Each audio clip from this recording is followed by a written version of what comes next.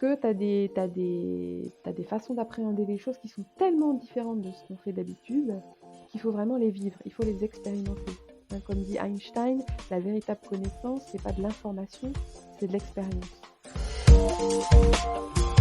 Moi, ce que j'observe, c'est que il y a beaucoup de grands groupes où ils se rendent compte qu'en fait, ils sont dans des impasses, que le système hiérarchique pyramidal avec des jeux politiques très forts, en fait, produisent de la démotivation, notamment pour les jeunes diplômés, parce qu'ils ils viennent pendant 2 ans, 3 ans, puis au bout de 3 ans, ils jettent l'éponge, quoi, parce que c'est pas du tout le rêve qu'ils avaient. Bienvenue à tous dans ce nouvel épisode de System Sales, le podcast qui donne enfin la parole aux ingénieurs pour partager avec vous leur parcours exceptionnel. Aujourd'hui, je reçois Isabelle Rapart, CEO et cofondatrice de Happy Work. On a discuté de nouvelles pratiques de management, de l'holacratie et de comment changer les organisations au travail pour les rendre plus agiles et favoriser le bien-être des employés. Si vous souhaitez soutenir ce podcast et continuer à écouter ces passionnantes interviews, je vous encourage à le partager sur vos réseaux sociaux favoris. Vous pouvez participer à la discussion sur le sujet de l'épisode en suivant le lien du post LinkedIn qui se trouve en commentaire, en descriptif de l'épisode. Et bien sûr, le noter 5 étoiles sur Apple Podcasts ou Spotify et laisser un commentaire 5 étoiles pour pouvoir le faire remonter dans la liste des hits. Voilà, je crois qu'aujourd'hui le podcast est à peu près 150 millième sur je ne sais pas combien, mais c'est pas grave, on continue, on profite. Moi, ce qui m'intéresse, c'est de vous faire partager avec vous les aventures de mes invités. Je vous laisse maintenant en compagnie d'Isabelle. Bon épisode. Bonjour à tous, bienvenue dans ce nouvel épisode de System Sales. Aujourd'hui, je reçois Isabelle Rapart, CEO de Happy Work. Isabelle, écoute, je suis ravi de t'accueillir et je te laisse te présenter aux auditeurs. Ben, merci beaucoup. Écoute, Mathieu, c'est une joie d'être dans ce podcast. Je suis fondatrice d'Happy Work, qui a pour raison d'être, de rendre les organisations profondément agiles et épanouissantes. Donc moi, je suis de formation ingénieure, je crois que c'est pour ça que tu m'as invitée d'ailleurs.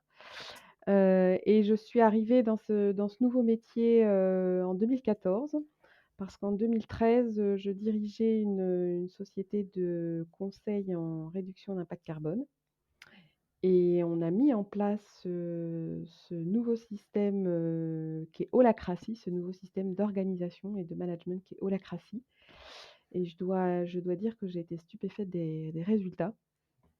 Et donc j'ai lancé une nouvelle activité qui a consisté à accompagner, les organisations dans ces nouveaux, modes de management. Voilà, mais c'est peut-être un peu long pour me présenter. Non, mais c'est bien, c'est très bien résumé. On voit que tu as l'habitude de l'exercice. De toute façon, cet épisode, tu vas devoir parler beaucoup parce que tu as mentionné des choses qui sont, ils sont hyper intéressantes. En fait, j'ai invité Isabelle parce que ça fait un peu écho à l'épisode que j'avais fait avec Sophie Lavore. On avait parlé de management et des difficultés rencontrées au quotidien par les managers dans des organisations connues de tous et assez rigides qui créent finalement du stress, de la tension et beaucoup de déception de la part des employés et des managers. Et finalement, on avait envie d'essayer de discuter d'organisations un peu différentes. Et donc, Sophie m'a présenté à Isabelle. Et effectivement, Isabelle est ingénieure de formation. Je vois sur ton CV LinkedIn, AgroParisTech, ça veut dire que tu es ingénieur agronome de formation, c'est ça? Tout à fait. Ok. Ouais, c'est ça. Et t'as gardé un petit peu un pied dans cet univers de l'agronomie ou plus du tout? Non, pas vraiment. Pas vraiment, je D'accord, dois ok. dire. Voilà, Et j'ai quand pas tu... je reste avec des notions, mais voilà, D'accord, ok. c'est une formation qui m'a beaucoup servi pour embrasser le monde quelque part, mais je j'ai pas travaillé vraiment là-dedans. D'accord. Et je vois que la partie conseil par rapport aux réductions d'impact carbone, etc., tu arrêtes ça en 2014. Pourtant, tu es presque un peu en avance sur ton temps de faire ça 2006-2014. Et aujourd'hui, tu fais plus ce type d'activité alors que les enjeux sont encore plus importants en 2022. Bah, c'est vrai qu'à l'époque, j'avais vraiment l'impression de faire partie des pionniers. de découvrir ce sujet du changement climatique et de le faire découvrir à d'autres, de le faire embrasser, notamment au niveau du business. Et heu et là, dans le métier que j'exerce, d'accompagnement en développement des organisations, j'ai aussi le sentiment d'être très pionnière et de travailler avec des pionniers. C'est-à-dire des gens qui ont compris que c'était, l'enjeu des prochaines années, la façon dont on s'organise et dans les organisations pour être, quelque part qu'elles soient plus épanouissantes, que nos enfants aient envie d'y travailler, et qu'elles soient, plus efficaces, plus contributrices pour le monde. Ouais, parce qu'aujourd'hui, on voit dans les entreprises, beaucoup de perte de sens des gens dans ce qu'ils font, une désertion un peu du monde de l'entreprise, des gens qui se tournent beaucoup plus vers le freelancing, pour, avoir plus de liberté. C'est quoi ton sentiment, là-dessus justement? Alors, je suis extrêmement frappée parce une des choses, qui change beaucoup quand on commence à travailler avec ces nouveaux systèmes et notamment Holacracy, c'est que, un élément clé, ça va devenir la raison d'être. Donc la raison d'être qui est, le gouvernail de l'entreprise. Ça devient le nouveau gouvernail de l'entreprise, à la fois l'étoile polaire et le gouvernail. Donc les gens, ils sont plus au service de leur N+1, ils sont vraiment au service de la raison d'être de l'entreprise. Et ça change tout pour eux. Ça change tout et ce que j'observe, c'est que quand je commence excusez-moi. Quand je commence enfin, quand on commence à rentrer dans ce modèle mental quelque part, eh bien, ça change beaucoup de choses pour les gens et ils s'y réfèrent constamment. Quand on a réussi à faire, émerger une raison d'être d'entreprise et qu'on s'y réfère, eh bien, ça sert à prendre des décisions. Donc si la décision qu'on doit prendre, sert la raison d'être, on va la prendre. Si elle ne sert pas la raison d'être, on l'écarte, on ne prend pas la décision. Donc c'est un outil d'aide à la décision qui est très puissant et ça donne du sens aussi, ça donne du sens à tout ce qui est fait dans l'entreprise, à toutes les activités, qui sont faites dans l'entreprise. Donc les gens aiment beaucoup ça. D'accord, OK. Bah, on considère que c'était l'introduction au sujet. Il va falloir que tu nous en dises un petit peu plus. Je pense que le bon point de départ, ce serait de nous expliquer ce que c'est holacratie. Justement, tu as mentionné le mot plusieurs fois. Alors holacratie, c'est un ensemble de pratiques, c'est un ensemble de règles, qui constituent un système d'organisation. Donc un peu comme le Windows ou Linux, c'est un système d'exploitation pour un ordinateur. Bah, là, c'est un nouveau système, pour, quelque part manager une organisation. C'est plus du tout basé sur le système hiérarchique pyramidal, où il y a une délégation en cascade qui vient du haut de la pyramide. Quelque part, là, votre nouveau boss, c'est, la raison d'être de l'organisation et les gens, ont des rôles et ces rôles sont décrits, ce qui fait que toute la gouvernance de l'organisation est très claire et on sait clairement qui décide quoi parce que quand vous avez un rôle, vous êtes censé être, enfin, on vous donne l'autorité pour, mener toute action dans ce rôle, prendre toute décision que vous jugez utile, pour aller vers la raison d'être, du rôle et in fine au service de la raison d'être de l'organisation. Donc c'est un système qui met en place, à la fois une grande clarté, sur le qui fait quoi, donc ça accélère le nombre de décisions qui sont prises dans les organisations et c'est ça qui fait que ça les rend plus agiles et et ça donne beaucoup d'autonomie et de responsabilité aux gens. Donc c'est un OK. système qui est basé sur la confiance et la liberté qui est donnée aux gens d'agir, en fonction de voilà, des informations qu'ils ont et de leur D'accord. bon Tu sens. d'accord, tu nous disais, on donne à chacun le descriptif de son rôle. Tu peux nous donner un exemple concret, justement, pour qu'on comprenne bien la différence?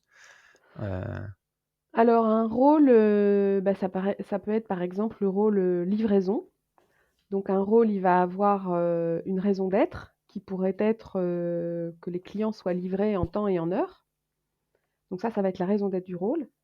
Et puis ensuite, le rôle va avoir ce qu'on appelle des redevabilités, c'est-à-dire ce qui est attendu du rôle, toutes les actions récurrentes qui sont attendues du rôle pour, voilà, pour mener à bien ce rôle.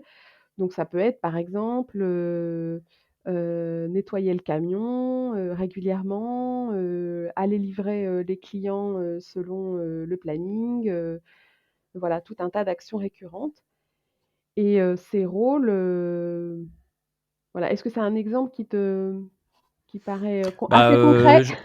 dans cet épisode, j'ai décidé de faire l'avocat du diable, hein, parce que Ah, bien sûr. non, mais c'est pas ça, mais là, toi, tu me dis: «OK, rôle livraison», j'ai pas senti de choses, marquantes par rapport à, mais c'est peut-être pas c'était peut-être pas l'exemple le plus marquant. Mais par exemple, si on prend le rôle d'un sales au sein de l'entreprise, Oui, où on lui dit: «Bah, écoute, toi, voilà ton objectif de vente, ouais, tu auras ton bonus si tu atteins ton objectif. Ton KPI, c'est remplir le CRM ou ouais, un outil logiciel dont tu n'as pas besoin. ouais, Voilà ta zone. ouais, Voilà, tu vois, un peu ça, c'est l'organisation. Et puis, tu as un N+1 qui organise toutes les semaines sa revue d'équipe. Voilà, t'en es où dans ton pipe? Est-ce que tu as signé patati patata? Voilà, ça, c'est l'organisation que je connais, qu'on ouais. connaît tous. Mmh mh. Par rapport à ça, qu'est-ce que ça apporte de différent, ce dont on parle là? Oui, alors effectivement, tu as raison parce qu'un rôle quelque part, ça peut être vu comme une fiche de poste, hein. Ça Mmh. ça ressemble à une fiche de poste, sauf que la fiche de poste, tu la regardes, quand tu es embauché et puis ensuite elle est mise dans un tiroir, éventuellement regardée une fois tous les ans ou tous les 2 ans quand il y a les entretiens annuels, mais c'est tout. La différence avec un rôle, c'est que le rôle est beaucoup plus dynamique parce qu'en fait, les gens ont la possibilité de changer les rôles, de changer leur rôle ou de changer le rôle des autres.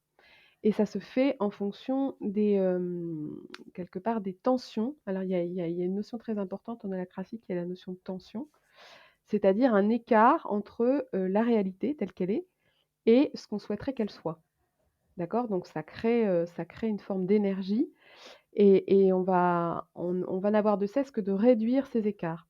Tout le monde, peut ressentir ces écarts, de façon permanente, hein, dans notre activité professionnelle et la beauté de l'holacratie, c'est qu'en fait, il y a des espaces de conversation, donc des réunions spécifiques où on va, discuter de ces écarts et pouvoir, les réduire en faisant des propositions. Donc chacun est amené à faire des propositions pour réduire ces écarts. Ça peut être par exemple, alors maintenant, il y a beaucoup moins de visites physiques, mais quand tu allais dans une entreprise, tu entendais le standard, qui sonnait par exemple, 6-8 fois, bah là, ça te crée une tension parce que tu trouves que c'est beaucoup trop et qu'au bout de 3 sonneries, bah, il devait y avoir quelqu'un qui décroche pour s'occuper du client. Donc ça te crée une tension et tu vas faire une proposition, bah, par exemple de créer un nouveau rôle de standardiste. OK? On ne sait pas du tout comment ça va être, comment ensuite à qui on va pouvoir confier ce rôle. Mais l'idée, c'est de dire que tout le monde peut agir, peut être acteur pour faire des propositions pour améliorer les choses, D'accord. tu vois? Mais ça, en vérité, je comprends ce que tu veux dire, mais en vérité, est-ce que c'est déjà pas le cas? Est-ce qu'en fait, finalement, les gens ne font pas de propositions parce que, par, fainéantise ou par, le fait qu'ils ont l'habitude de ne pas faire, plutôt de, tu vois, de se plaindre, mais de ne pas faire? Ou est-ce que c'est Mmh. parce qu'on leur offre pas non plus, les espaces justement d'expression, ou parce que j'ai l'impression qu'on parle beaucoup de, je pense que ce qui est au cœur de ce que tu dis, c'est la communication. Oui. Est-ce que c'est parce qu'on n'offre pas aux gens cet espace de communication? Donc ça veut dire qu'il faut les organiser régulièrement pour que, voilà, ça devienne une habitude, ou on va pas se heurter aussi à l'habitude qu'ont les gens de, finalement, de faire ce qu'on leur dit, et de ne pas proposer naturellement des choses, tu vois? De ne pas faire plutôt que, tu vois? Oui, oui, tout à fait. Ben, qui de la poule ou de l'œuf, ça, j'en sais rien, c'est toujours l'éternel débat, si tu crées pas les espaces ou justement des espaces ad hoc où on a ces discussions, ce genre de discussion, c'est beaucoup plus difficile. Donc là, l'idée, c'est qu'on va avoir des réunions dédiées à l'organisation. Tu vois? On sépare l'opérationnel de l'organisation. Ça déjà, c'est une grande nouveauté Et dans ces réunions d'organisation, tout le monde va pouvoir faire des propositions, de nouveaux rôles, de nouvelles règles du jeu, de tout ce qui peut améliorer en fait, l'organisation et la fluidité de l'organisation. Donc c'est sûr que là, par cette création d'espaces d'expression, eh bien, ça a un effet d'aspiration, si tu veux. Alors ça a un effet d'aspiration, après les gens s'en saisissent ou s'en saisissent pas, ça dépend de leur personnalité. Ça dépend, voilà, puis il y a des gens qui s'en saisissent tout de suite et des gens qui mettent du temps à s'en saisir. Il y a aussi une notion d'apprivoiser quelque part le système, de s'y habituer. Mais si tu crées pas l'espace, de toute façon, ça peut pas se produire. Voilà, D'accord. c'est ça qu'on voit. Ok, je comprends ce que tu veux dire. Je propose j'avais une question juste avant, mais juste après, je te demanderai après de nous expliquer comment justement on peut mettre en place à partir d'une organisation existante. Mais c'est pas la question qui me venait à l'esprit.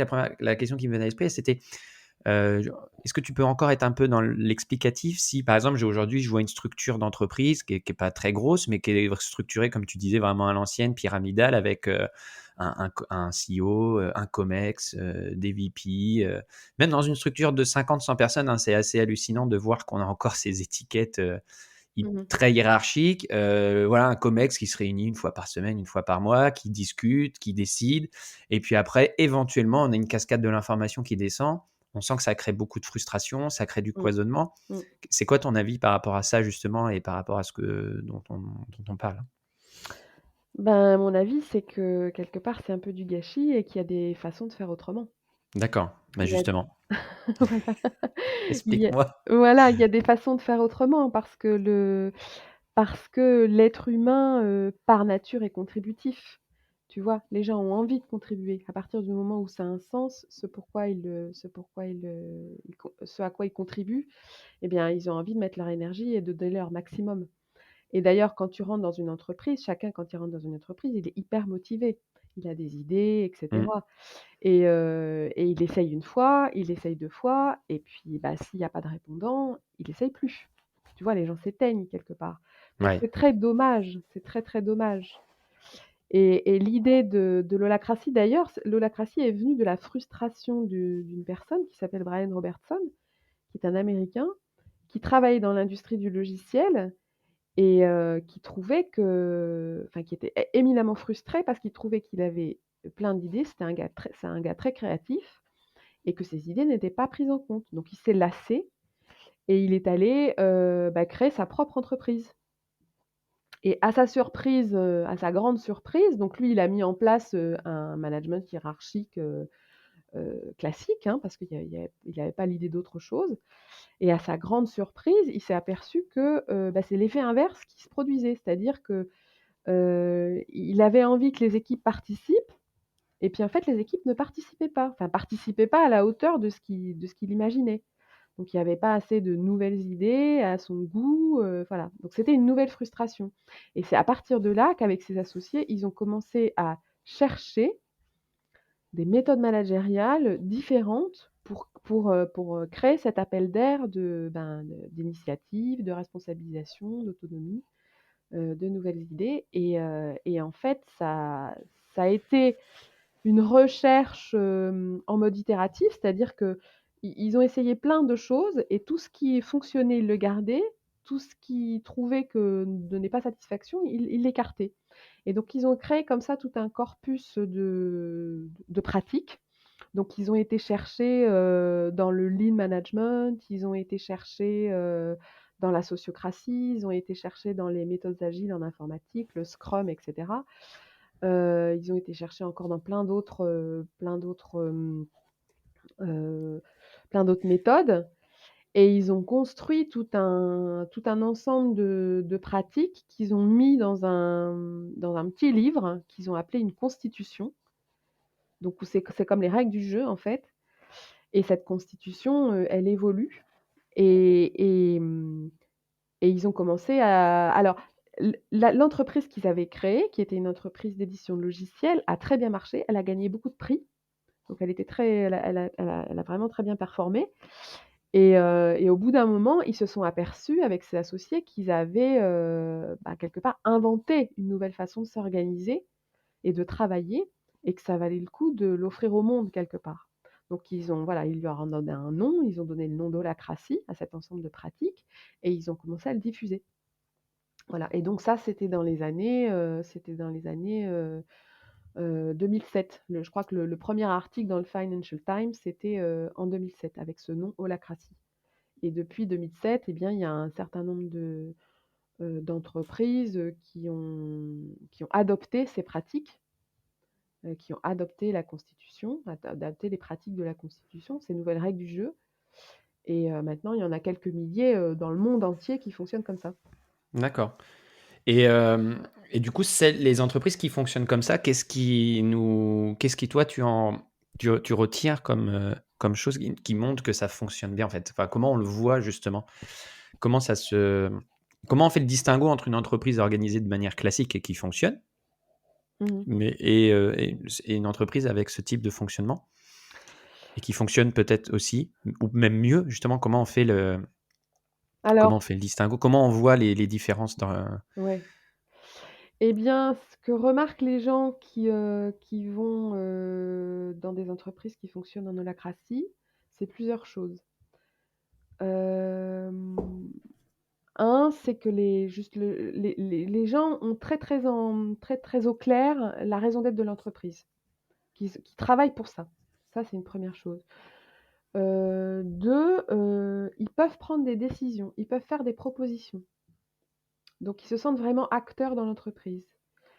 3, la plupart des moments collectifs des réunions sont extrêmement efficaces parce qu'il y a des process, il y a des process de réunion, qui sont proposés au départ quand on adopte Holacracy, puis après on modèle un peu à sa culture d'entreprise, mais c'est extrêmement efficace.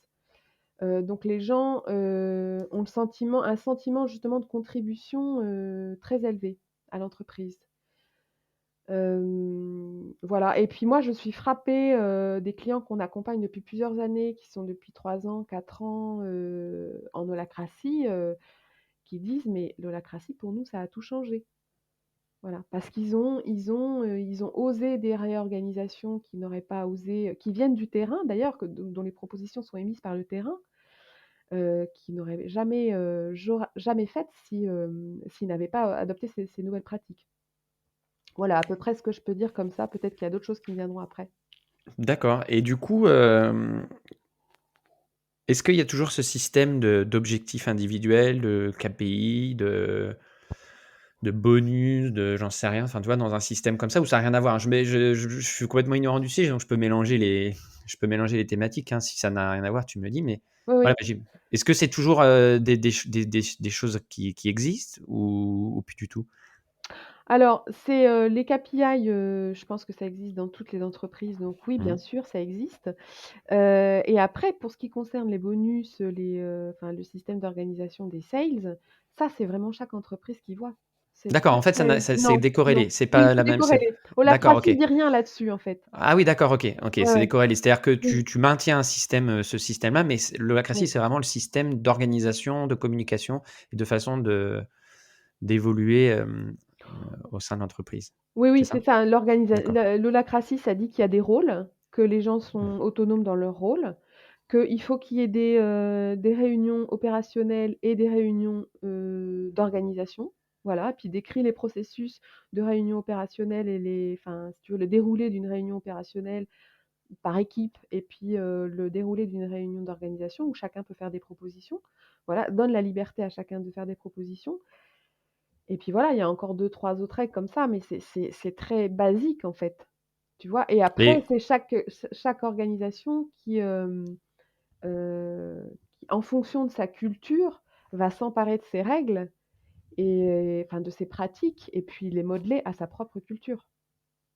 et du coup, Voilà. dans le concret, ça donne quoi alors une réunion, dont tu parlais là? Si c'est Bah, une réunion des opérations, par exemple, ça va commencer par une chose qu'il y a très peu d'organisations qui font, enfin, à ma connaissance, c'est ce qu'on appelle un tour d'inclusion. C'est-à-dire qu'on va faire un tour de table et on va demander à chacun, comment il se sent en arrivant dans cette réunion? Voilà, dans quel état d'esprit? Heu et ça, c'est vraiment important parce que c'est une façon quelque part de créer de la cohésion d'équipe. C'est le moment où chacun vient avec sa propre humanité, je dirais, et va dire, «Bah oui, ce matin, moi, je me sens pas très bien parce que j'ai pas dormi, j'ai mon petit dernier qui fait ses dents», voilà, et on va savoir que si la personne, elle est fatiguée et elle répond de façon un peu, peut-être un peu brusque, bah, c'est pas parce qu'elle en veut à quelqu'un d'autre, mais c'est parce qu'elle est très fatiguée, parce qu'elle a pas dormi. Voilà. Donc on fait un tour d'inclusion. Alors ça peut être aussi, les gens peuvent dire: «Bah, moi j'ai la patate, j'ai une bonne nouvelle, donc ça va très bien». On fait un tour d'inclusion. Ça, c'est déjà une pratique qui est très nouvelle. De la même façon, à la fin de la réunion, on va faire un tour de clôture et chacun va pouvoir donner un feedback de la réunion. Très rapide, hein, c'est très synthétique, hein. De la même façon, le tour d'inclusion, c'est assez rapide, mais c'est juste pour se synchroniser quelque part. Donc il y a un aspect humain aussi qui est très fort. Hem, voilà, donc ça commence et ça finit toujours par un tour d'inclusion et un tour de clôture.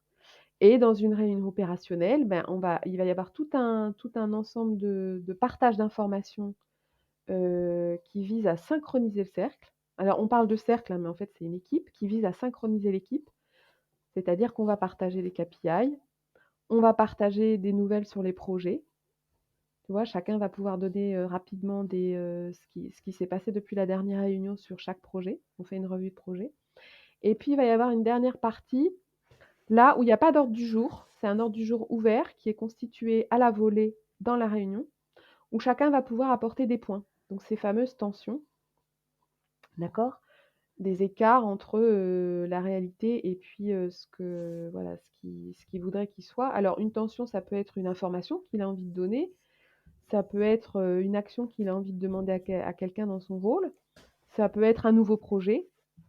Voilà, donc les gens vont pouvoir, on constitue la liste de sujets et puis après on prend les sujets un par un. Alors quelque chose que j'ai pas dit aussi qui est très important en holacratie, c'est que la réunion, elle est animée non pas par le manager de l'équipe, mais elle est animée par ce qu'on appelle un facilitateur qui est élu par les personnes de l'équipe. Donc ça fait aussi que le fait d'avoir un facilitateur qui est quelqu'un d'autre que le manager, ça donne aussi une équivalence de parole à tous et ça introduit quelque chose dans la réunion de beaucoup plus, participatif quelque part et en équivalence les uns des autres, par rapport, au temps de parole, notamment parce qu'on sait que dans les réunions d'équipe, souvent, la parole est monopolisée 60 du temps ou 70 du temps par le manager. Donc là, le fait d'avoir quelqu'un qui anime la réunion, ça change les choses. Voilà, pour donner un peu un overview de la façon dont se passe une réunion d'équipe en holacratie. Et D'accord. c'était ta question.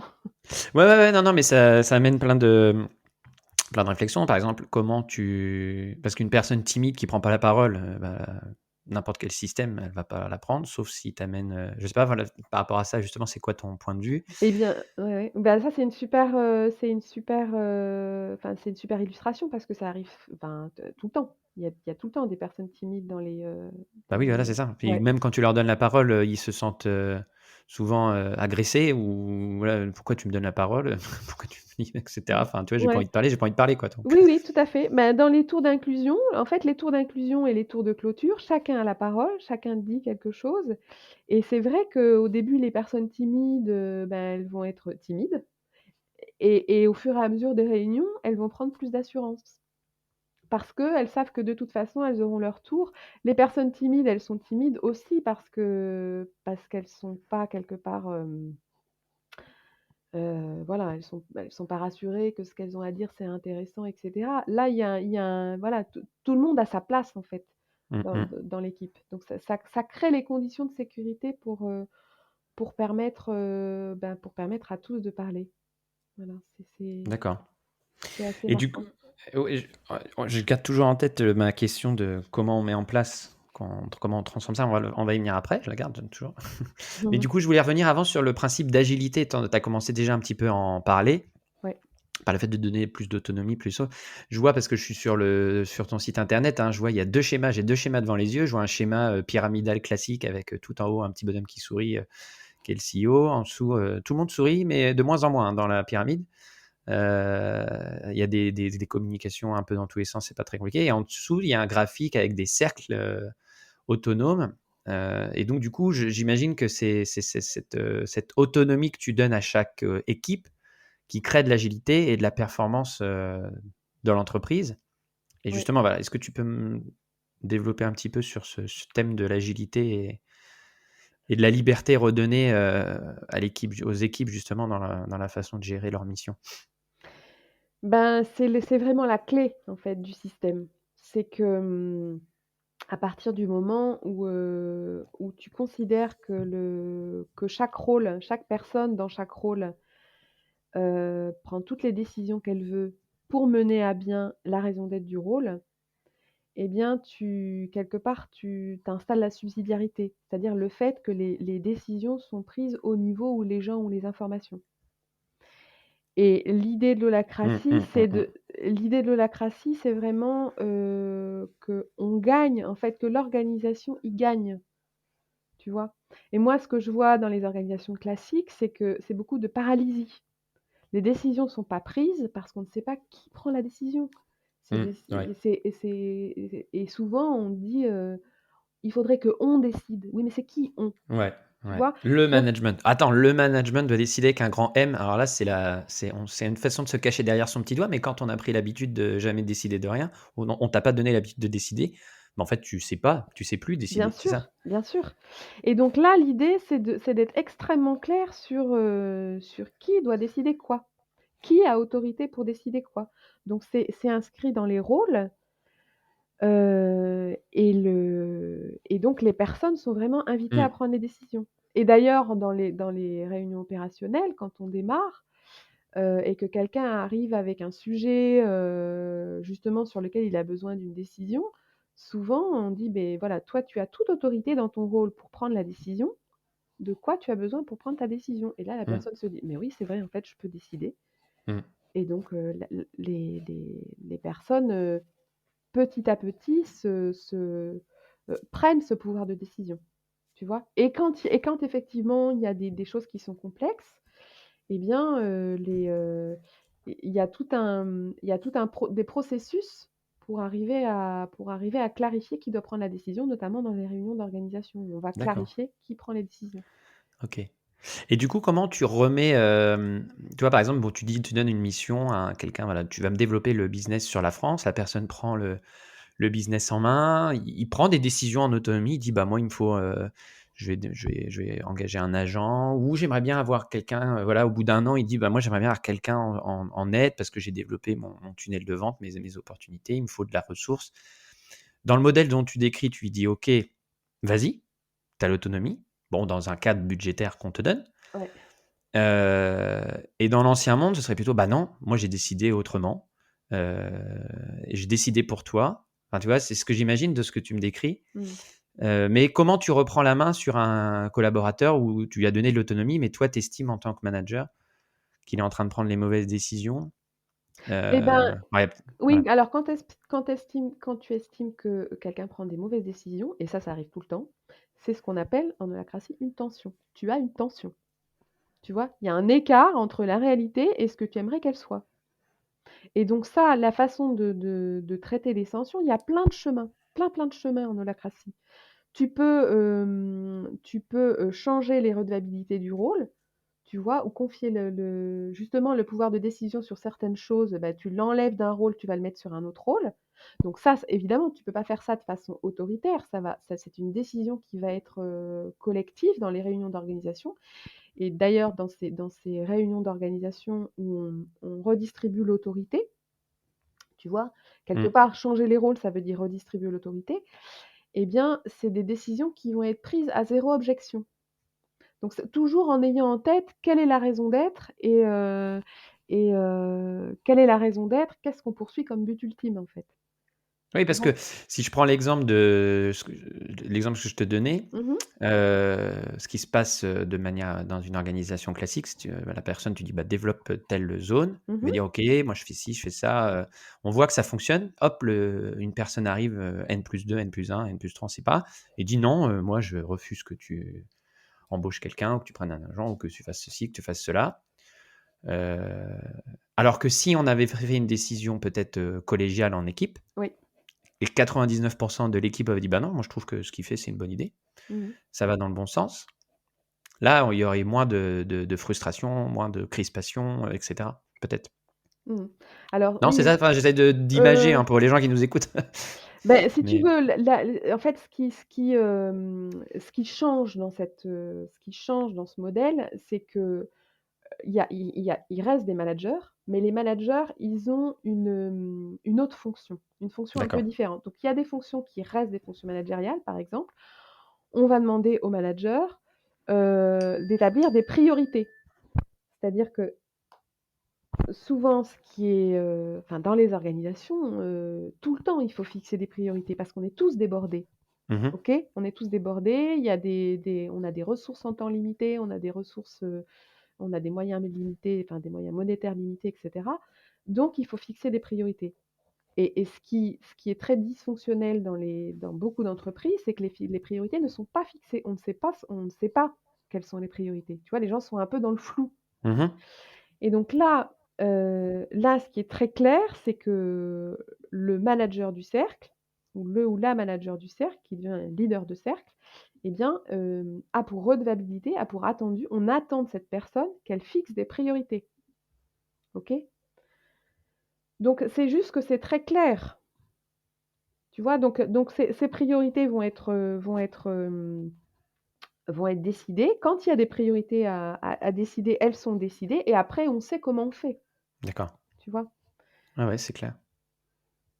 Voilà, donc il y a ça et puis on organise aussi régulièrement, des réunions de stratégie. Ça, c'est très régulier. Chaque équipe organise ses réunions de stratégie pour justement fixer des priorités, sur les 6 mois à venir et c'est décidé, c'est discuté collectivement. Chacun est invité vraiment à donner son avis. Donc Ouais. voilà. Donc si tu veux, c'est quelque part, il y a un certain nombre de décisions qui relèvent encore du manager, mais il y a beaucoup plus de participatif et à partir du moment où il y a des rôles à qui on confie des autorités, eh bien ces rôles-là ont toute autorité pour décider dans le périmètre de leur rôle. Et du coup, concrètement, qu'est-ce que tu conseillerais à un manager? Comment il organise la vie de son équipe, heu, d'une façon, structurée, hebdomadaire, mensuelle, trimestrielle, j'en sais rien. Qu'est-ce que toi tu préconises comme setup, justement? Bah, nous, ce qu'on voit, ce qui est habituel, c'est que les réunions d'équipe, hebdomadaires, sont remplacées par les réunions opérationnelles en holacratie, Mmh. d'accord? Sur quelle fréquence? Ben, hebdo, mais après, Oui, ça dépend. Il y a des équipes qui sont daily, enfin qui sont, qui ont besoin de se voir tous les jours, oui. tous les jours, un quart d'heure, donc on fait Mmh. ça. Il y en a, c'est qu fois tous les 15 jours. Enfin voilà, ça dépend, hein, Mmh mh. Mmh. entre tous les pas de temps entre, une fois par jour et puis, une fois tous les 15 jours, voire toutes les 3 semaines.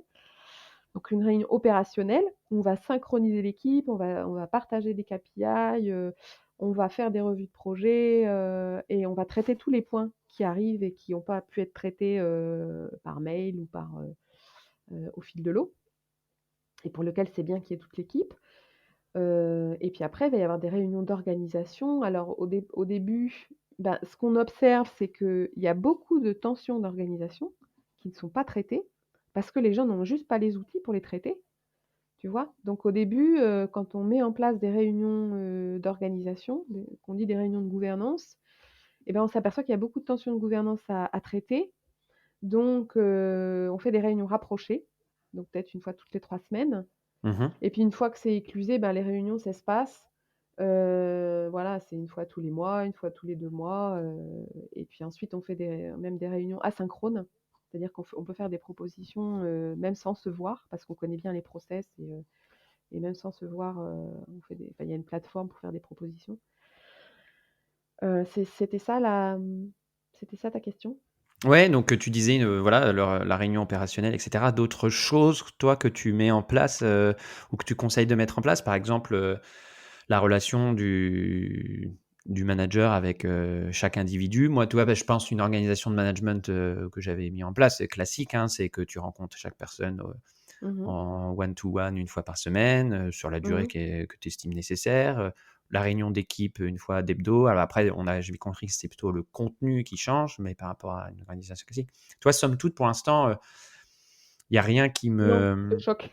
non, mais non, voilà, c'est ça, c'est pour ça Mais j'ai oui, mais je me fais encore une fois l'avocat du diable. oui, J'essaie de oui, sortir un peu la quintessence ouais, de ce que tu nous proposes, hein. ouais. Donc ouais, Mais oui, je te redonne la parole, mais mais en fait, si tu veux, les et c'est ça qui est très frappant, c'est que dans l'holacratie, il y a beaucoup de bon sens.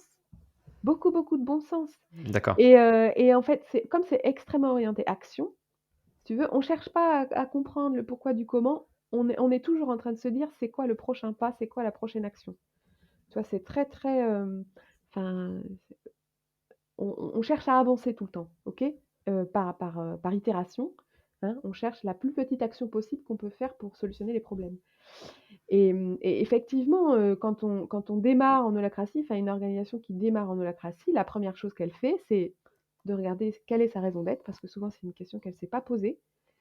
Quelle est sa raison d'être? Alors on commence avec une raison d'être qui est imparfaite, hein, parce que de toute façon une raison d'être ça peut évoluer et ensuite on va décrire l'organisation en rôle, transcrire quelque part la réalité opérationnelle de l'organisation en rôle et ce qu'on appelle en cercle. Tu vois? Donc Mmh. ça va donner une représentation avec un cercle le plus grand et à l'intérieur de ce cercle le plus grand, tu vas avoir des sous-cercles et à l'intérieur de ces sous-cercles, tu vas avoir encore des plus petits cercles qui sont les rôles, d'accord? Donc c'est quelque chose de fractal et donc ça, c'est le premier pas. Un, la raison d'être, quelle est votre raison d'être? Et 2, comment on décrit, votre organisation, donc non plus sous forme de pyramide, mais sous forme de cercles imbriqués les uns dans les autres. Tu vois? Sachant que, ce qui s'impose à tout le monde, bah, c'est la raison d'être du cercle plus grand qui représente l'organisation. OK, Voilà. et comment tu reconnais quand est-ce que tu reconnectes les cercles ensemble justement? À quel moment? Qui intervient? Qui est représentant du cercle, dans le grand cercle? Enfin, tu vois? Oui, Comment bah, ça c'est les fonctionne entre les cercles là? oui, Après, là, on tout a à vu fait. à l'intérieur d'un cercle comment ça fonctionne. Après, comment tu fais travailler les cercles ensemble? Eh bien, en fait, classiquement, quand tu as des cercles, enfin des sous-cercles, dans un grand cercle, chaque représentant du sous-cercle, en général, c'est le leader de cercle, eh bien, fait partie de alors ça peut être un codir, par exemple. Un codir, il va avoir un représentant de chaque équipe, de chaque service, de chaque pôle, au codir. Je sais pas si ça répond à ta question et c'est au codir. D'accord. Le codir lui-même va avoir des réunions, opérationnelles, des réunions de gouvernance où ils vont traiter des sujets, des sujets de codir, mais sous une forme différente. Tu vois? OK, Avec des donc on principes retrouve différents. quand même ce Oui, principe bien sûr, bien sûr. de codir. Oui, OK. oui, bien sûr. Si tu veux, ça en fait, ça change à la fois tout et rien parce que, l'activité de l'entreprise reste la même, ce que font les gens reste la même chose. C'est juste que, maintenant ils ont des rôles et ils peuvent prendre des décisions, Ouais, tu vois? ouais. Ouais, ouais. Donc C'est la façon dont tu autonomises un peu les cercles, les gens, et du coup, tu sens quand les gens, basculent dans cette organisation-là, tu sens des réticences quand même, des gens qui ont du mal à comment font les gens qui ont l'habitude d'être dans le micromanagement, de devoir contrôler justement ce que font les autres et cetera? Comment eux, tu les aides à, alors oui, des à réti basculer dans le lâcher prise en fait? Parce qu'il y a quand même du lâcher prise mmh, par rapport à ça. tout à fait. Alors il y a enfin c'est vraiment dans les 2 sens. C'est-à-dire qu'il y a des gens qui sont réticents parce qu'ils vont pas du tout être à l'aise, d'être autonomes dans leur rôle. Ouais, ça C'est, je peux le comprendre, et ouais. ça, c'est pour eux, c'est pas du tout confort et ils ont besoin d'être micromanagés. Ils aiment qu'on leur dise exactement ce qu'il faut faire et cetera Et au début, ce qui se passe, c'est que, et ben, ça va être décrit. On va le décrire dans les rôles. C'est-à-dire que le manager de cette personne, ben, on attend, de lui ou d'elle, qu'elle donne telle consigne, qu'elle valide telle chose et cetera. Mais c'est juste le mettre en clarté, Mmh. OK? Et puis donc effectivement, il y a des gens qui, au début, vont être très réticents parce que, ben, ils sont confortables en exécution, OK? Et ils sont pas du tout confortables dans les prises d'initiative. Il y a des gens qui restent là-dedans et puis il y a des gens qui changent. OK, ça dépend. Et puis après, du côté des managers, effectivement,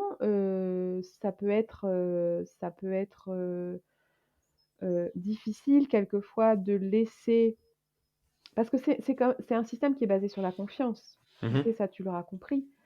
Sur une grande confiance, une grande transparence. Hem, donc il y a des managers qui sont plus ou moins à l'aise avec ça. Heu, Moi, ce que j'observe, c'est que les entreprises dans lesquelles on intervient, c'est des entreprises où il y a déjà une culture de la confiance qui est très forte. Donc ça se passe bien, ça se passe bien. J'ai jamais vu de manager partir, mais ça peut arriver, hein, si c'est quelque chose qui vient trop, se mettre en travers de ce que souhaite un manager, de sa vision, Mmh, de ce mmh, qu'est un mmh, mmh. manager. Voilà, il y a des gens qui peuvent partir effectivement. Ah, c'est pas qu'une question de vision, c'est une question de nature aussi. Oui, Tu peux oui, pas, oui. enfin, et c'est intéressant d'accompagner les gens dans la transformation personnelle aussi. Oui, alors je te rejoins là-dessus, c'est effectivement, il y a un accompagnement des personnes, qui peut être nécessaire, suivant certaines personnes et notamment des managers. Donc Oui, c'est ça, ça on oui. l'accompagne. Parce qu'effectivement, tu as raison, il y a une posture, c'est la posture de c'est plus un management autocratique quelque part, c'est un manager, c'est plus une posture de ce qu'on appelle servant leader, c'est-à-dire le manager qui est à la disposition de son équipe et qui met tout en place pour que les gens puissent, travailler au mieux. Et Je Ouais, ouais, c'est plus un manager qui dit aux autres ce qu'ils doivent ouais. faire, mais c'est le rôle du manager, d'enlever les obstacles quelque part au travail. Pour moi, on en revient toujours à par rapport au manager, hein, je parle, hein, on en revient toujours, OK, on donne des formations, épisodiques, mais on en revient toujours au contenu de la formation qu'on leur donne justement, au suivi qu'on leur propose. Qu'est-ce qu'on met en place pour qu'ils puissent avoir un terrain d'expression et une évolution continue de leur rôle et même leur proposer du coaching. Toi, ça me fait penser à ce qui s'est passé dans une entreprise où j'étais avant, où il y a eu un plan social et du coup, on a donné l'opportunité aux nouveaux plant managers d'avoir un consultant ou un coach. Je n'ai pas trop bien compris ce que c'était, mais j'imaginais que c'était un coach pour lui. À aucun moment, on a proposé à des membres du CODIR ou à des autres managers de dire: as-tu besoin d'un coach, tu vois? As-tu besoin, toi, pour évoluer, de quelqu'un qui te conseille une fois? Tu vois, moi, je trouverais ça vachement, on s'éloigne peut-être de De l'holacratie, l'holacratie. Mmh. mais pour moi, toi, aujourd'hui, c'est avant-gardiste de dire à ton équipe de managers, ou au moins dans ton CODIR, voilà, l'entreprise te met à disposition Oui. un coach Mmh. qui va te suivre une fois par mois, enfin sur la fréquence que tu as envie, pour te faire grandir et évoluer là-dedans, quoi, tu vois? Mmh. Mmh. Non? Bah, oui, oui, mais je suis complètement d'accord, hein, c'est enfin tout le métier du coaching, notamment de manager, il est très, très utile. Et les managers, enfin moi tous les managers que je connais qui ont été coachés et ceux qu'on coach, ils sont ravis. Et il y a même des clients chez lesquels, on installe une hotline. C'est-à-dire que les gens, à la demande, ben, ils fixent des rendez-vous avec les coachs Bah ouais, pour mais voilà, c'est pour des brillant. trucs Mmh. très ponctuels, Mmh, mmh, et mmh. ça marche très bien. Enfin les gens appellent quoi, Bah hein. oui, Les gens ouais. ouais. Donc ça c'est et je suis d'accord avec toi. Pour moi, c'est des actions qui sont peu coûteuses pour les organisations parce que c'est ponctuel justement, et en fait, ça débloque des situations, voilà, à moindre coût. Enfin moi, ce que je vois, c'est que ça débloque beaucoup de situations. Mais oui, tu as raison, c'est important d'accompagner les managers et surtout parce que c'est des nouvelles postures, c'est des nouveaux modèles mentaux. et donc ça s'accompagne. Ouais, et qu'est-ce que tu penses justement, je m'étais noté, qu'est-ce que tu penses du faux participatif? Parce qu'on je on visualise ce que tu disais, donner de l'autonomie, créer des groupes enfin des espaces de communication, laisser les gens, la liberté de proposer et cetera.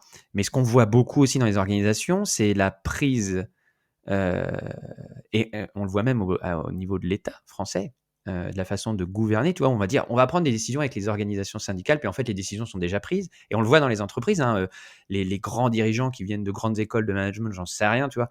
Qui te pondent des questionnaires par email ou qui lancent une grande consultation en interne, tu vois? En fait, les décisions sont déjà prises. C'est une façon de faire participer les gens pour leur faire croire qu'ils ont leur mot à dire, mais en fait, ils l'ont pas du tout, tu vois?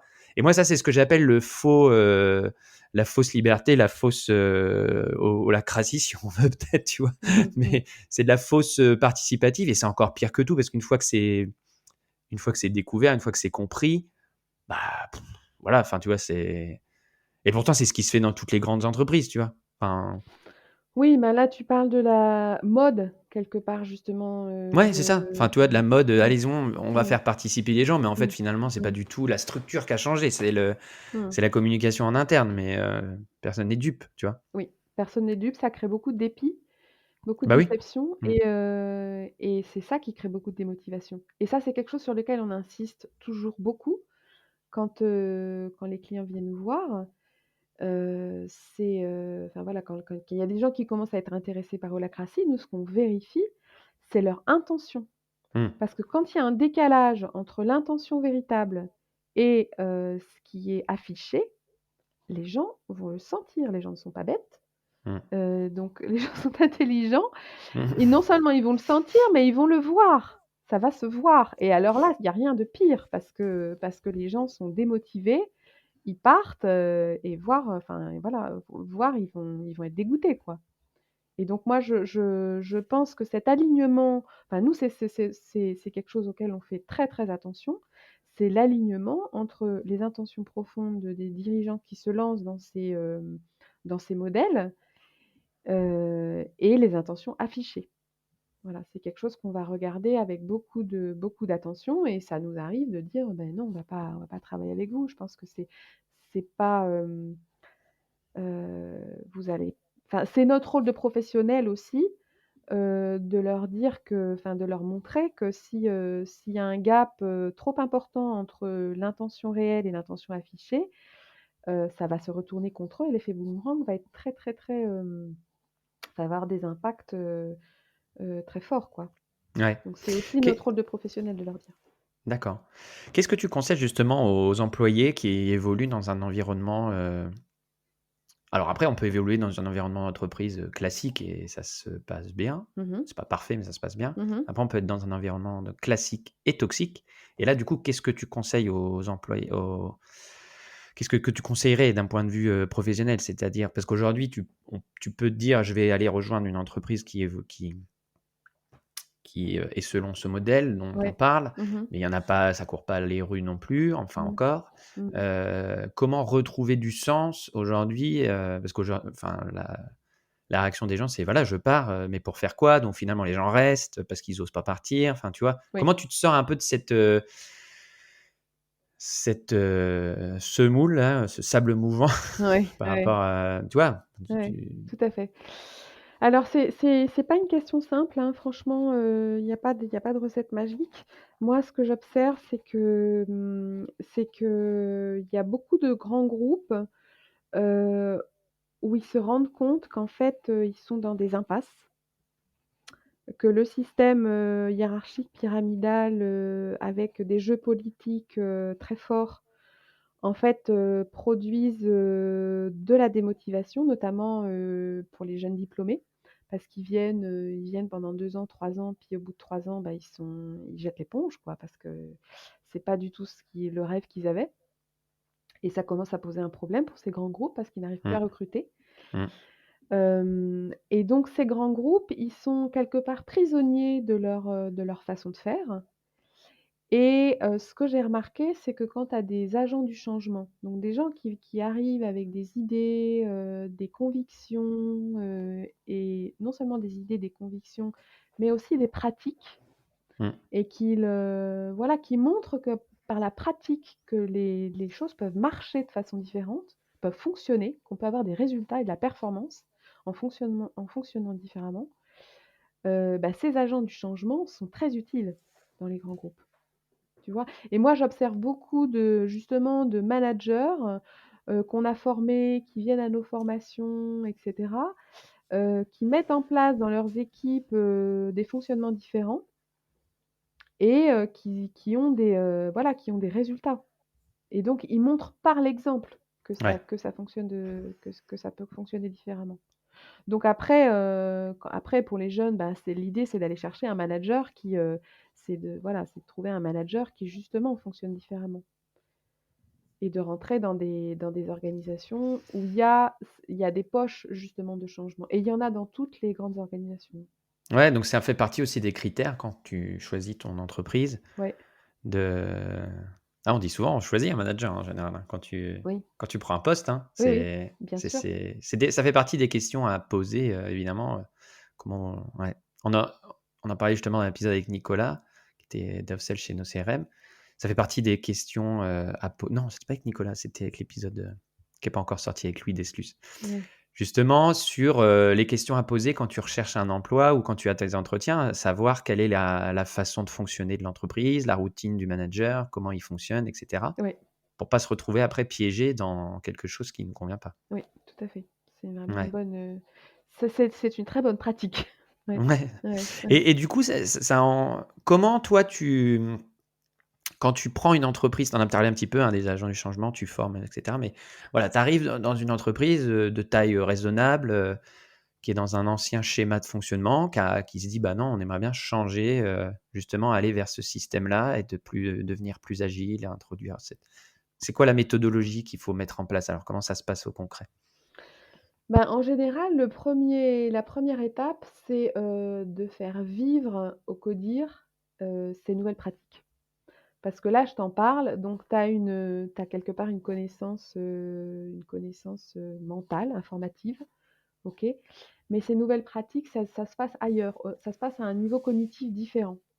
Parce que tu as des façons d'appréhender les choses qui sont tellement différentes de ce qu'on fait d'habitude, qu'il faut vraiment les vivre, il faut les expérimenter. Hein, comme dit Einstein: «La véritable connaissance, c'est pas de l'information, c'est de l'expérience».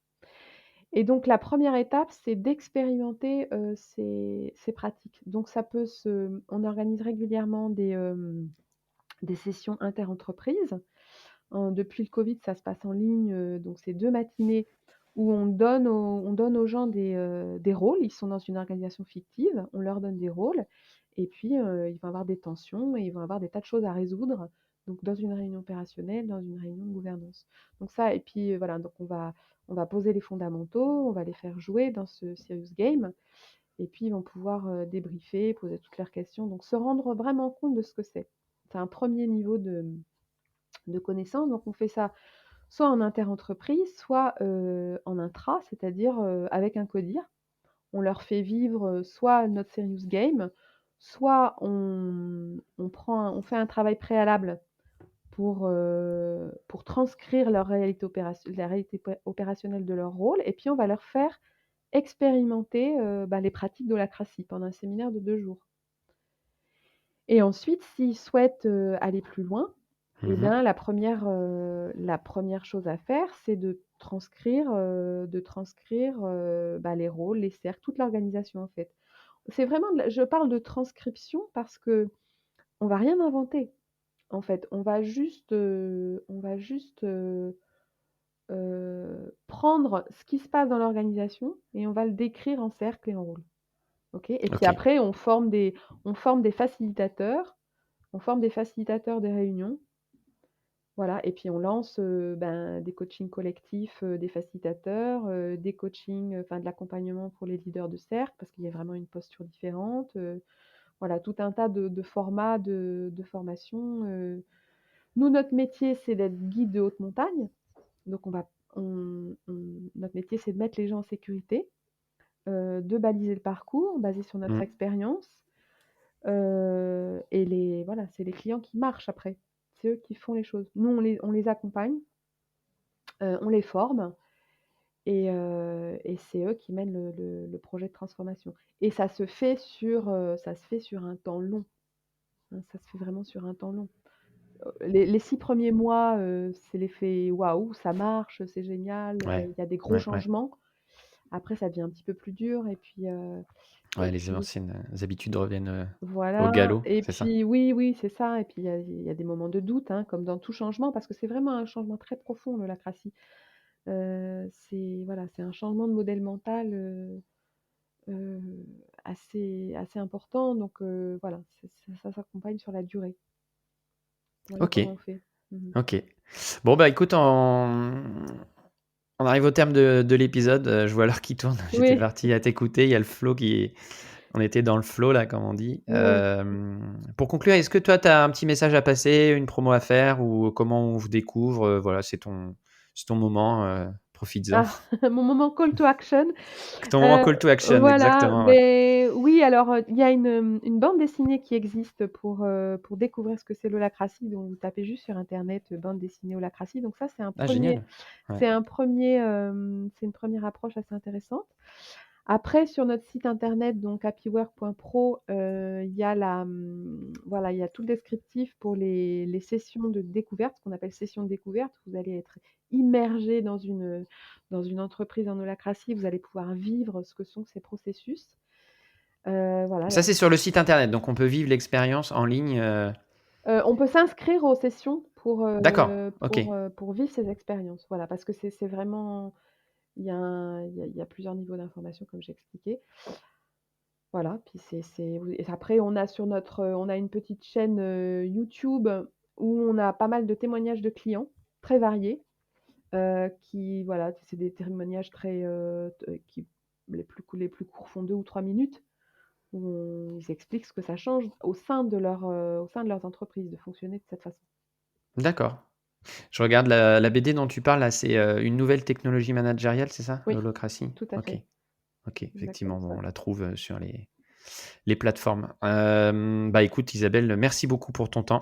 Bah, merci Mathieu, c'était un J'espère plaisir. qu'on a ouais, j'espère qu'on a réussi à transmettre, des bonnes idées, des messages ou au moins des envies de changement. C'est pas un sujet, facile à traiter dans un épisode, mais voilà, j'espère qu'on a au moins éveillé les consciences. Voilà et donner de la curiosité, susciter de la Ouais, curiosité.